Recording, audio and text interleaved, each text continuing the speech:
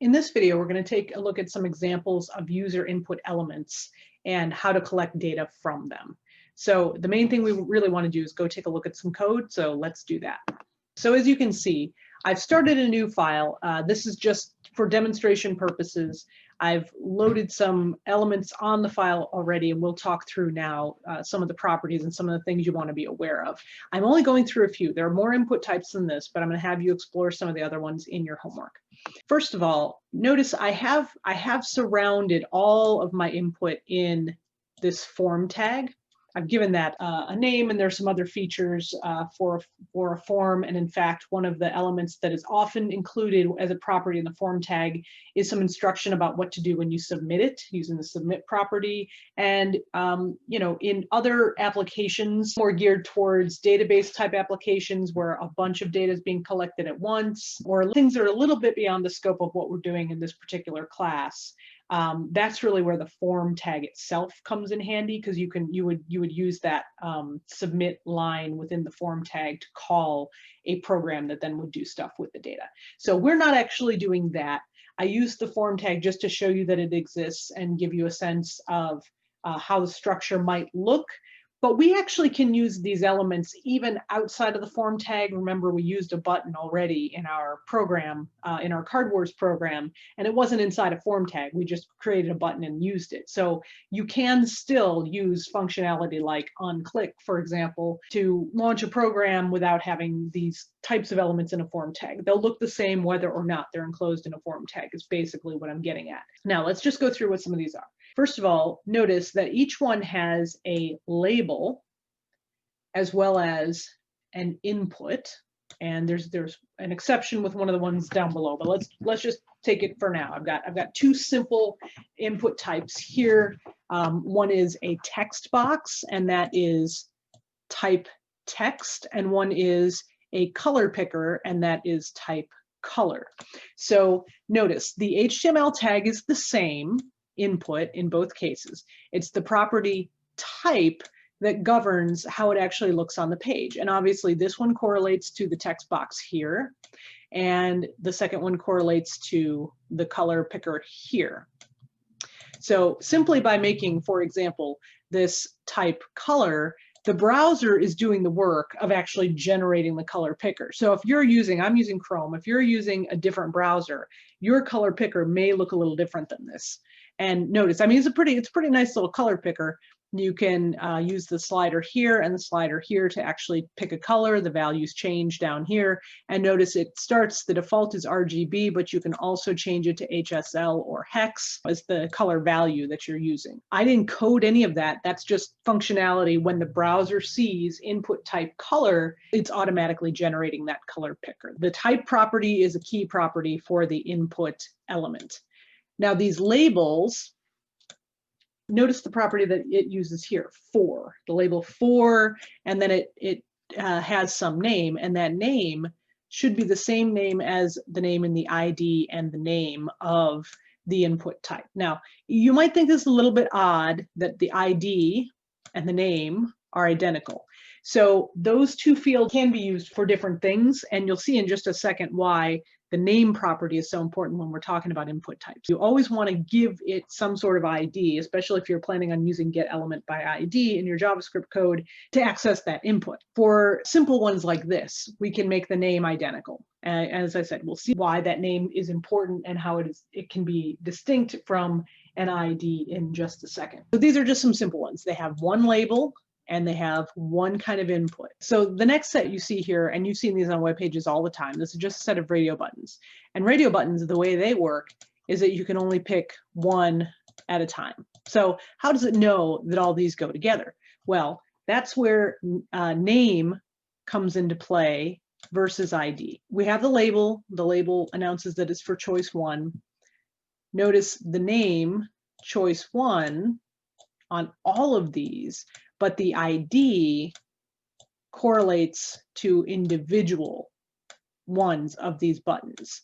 And then we also have a value. And this value doesn't have to be the same as ID. Like I could send these in as numeric values if that would be more helpful to my program, as long as I am making sure that I know which is which, right? Which of these is going to do which thing. Notice I actually have a typo in this name label, right? So notice what happens. When I click on these, I can only click one of them. But when I click on this one, it actually allows me to pick another one because it's not named the same thing. So the page doesn't understand that it goes in the same group. So if I go ahead and fix that, now this should understand red as part of the same group, and it does. And so now the whole group is working together just like it should be, okay? So if that ever happens to you and you notice that your radio is picking more than one, you've got a typo in your name field. So that's why name and ID, we use them both because they can be different, and particularly in this more complex situation like a radio button or a checkbox. I'm gonna let you go ahead and figure out how to do a checkbox on your own in the homework. So this is a simple one, label input. This is a more complex one where there's a group that goes together. So in that case, we want to name them all the same, but we want them to have distinct IDs. So this one is coded differently than other types of input groups. So it actually doesn't even use the input name. And honestly, that gives you the clue that this one is an older tag. This is one of the original tags for making choices on web pages. This one uses the tag select. It gets a name, but then instead of having all those inputs, it actually has something called the option tag, and it has a value property. And then you actually type in the value that would display to the user in between the start option and end option. So in some ways it actually functions a little bit more like you would expect an HTML tag to work. These, you actually have to create a separate label versus the input, right? Because the input is only this part. You need the label to get any words. Even here, the input is just this part. You need the label. In these, you actually kind of integrate it in, where you have the value sent as a property, and just by typing in the what should show up on the page, you don't have to have a separate label for that. So that's how the select boxes work, and that's this one here. Now, I did want to note that because these are HTML tags, you can style them with CSS just like you would any other HTML tag. So let's say, and I'm using the select just because it's a distinct tag, I can tell it will have limited effect. So I went ahead and created some CSS that gave it a background color, a font color, changed the font size, font family. I just was trying to change it as much as I possibly could to see if this would work. And in fact, it does. So you can really style these to match the style of your page. So it's one thing to have these on the page. It's another thing altogether to actually use them in a meaningful way. And in order to do that, we actually need to get the information out of them. So for 3 of the 4 on the page here, it's pretty simple. This is our text box, this is our color picker, and this is our select box, this one here. Okay, so for those, I'm just using stuff that you basically know: variable, document, get element by ID. The one thing that's different here, rather than getting inner HTML, which is not what we want, we actually want the value.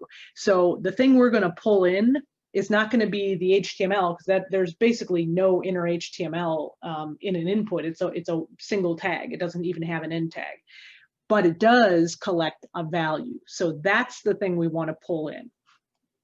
So I'm going to go ahead and run this and just show you once we have some values in here. And I'm not doing the radio button yet on purpose. We'll talk about that in a second. And then let's just pick a value here. And again, we've used a button as a trigger before. I just put in some alerts so we can see. And what I did was, oh, this is the other thing I should probably show you. So I'm showing both what the value is, and then I'm using this little command called type of in order to report back what type of variable is being passed in. Because as I said, you need to know what type of variable you're using so that if you need to convert it, you can. So for example, here we've got a string. Here we're passing in that hex value. So notice it does come in with the hashtag at the beginning. So that's notable. You want to make sure you would know that if you were using that. What it does mean is that, as you recall, when we were doing our card game and we put the hex values onto the card, change the cards from red to black, depending on the suit. We could, if we're getting a hex value passed, we could directly use this string to change the color of a component of a page, right? We could just apply that as a CSS value using a background color tag or a color tag. So that's really interesting. Then we're getting 3, which is what we had selected. And notice that is also coming in as a string. If we wanted to use that in a comparison or as a number in an expression, we would need to convert that into a number. So that's the key thing to deal with there. Now, one of the things that's really interesting and a little bit, I mean, I guess a little bit tricky, but more just that you want to be aware of it. How do we get the value out of this radio selector? It has a number of distinct values, and I changed them into numbers. We could have also used the names of the colors. That's fine. We can't just use the value statement in this case because this is a little bit more of a complex structure. Actually, choice 1 renders as an array. So that's one of the reasons that I sort of have to talk about arrays before we talk about this. So in order to figure out which of the radio buttons is checked, we have to actually gather in choice 1 into a variable, and it's actually going to come in as an array. So in order to get the value from the radio button, we actually need to bring in the whole thing and then check through each of the elements in order to find the one that is checked. Here's how we would do that. We'd write a little function. In this case, I called it display radio value. I have a variable ELE, and it's just got all of the information from choice 1. And notice I didn't put anything. There's no dot. It's just document get elements by name in this case. And again, that's where it really comes in handy, and it's important that we have them by name here. Get elements by name, and then I just created a little for loop. It uses the length of this array as the terminal condition, and then it just looks for the one with the value that is in the state checked. It's actually an object, and so it has the property checked for one of those values. As we go through, it looks at each index value, and when it comes up with the one that's checked, then it will post our alert and tell us which color it is. So, and remember, should be a number, right? Because that's going to be the value. So let's go ahead and try that now. And I did activate that program. Let's pick one of those.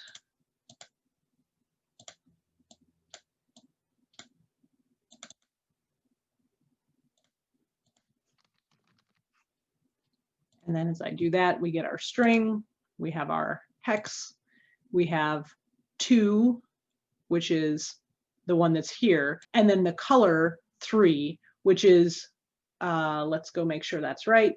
Green is value 3, in fact. So that's all correct. The radio selectors are a little bit more complex than simply the value of some of these other input types. And so I did want to show you that. Again, like I said, this is not all of the input types that are available, but you're going to explore some of the other ones in the first homework for this unit.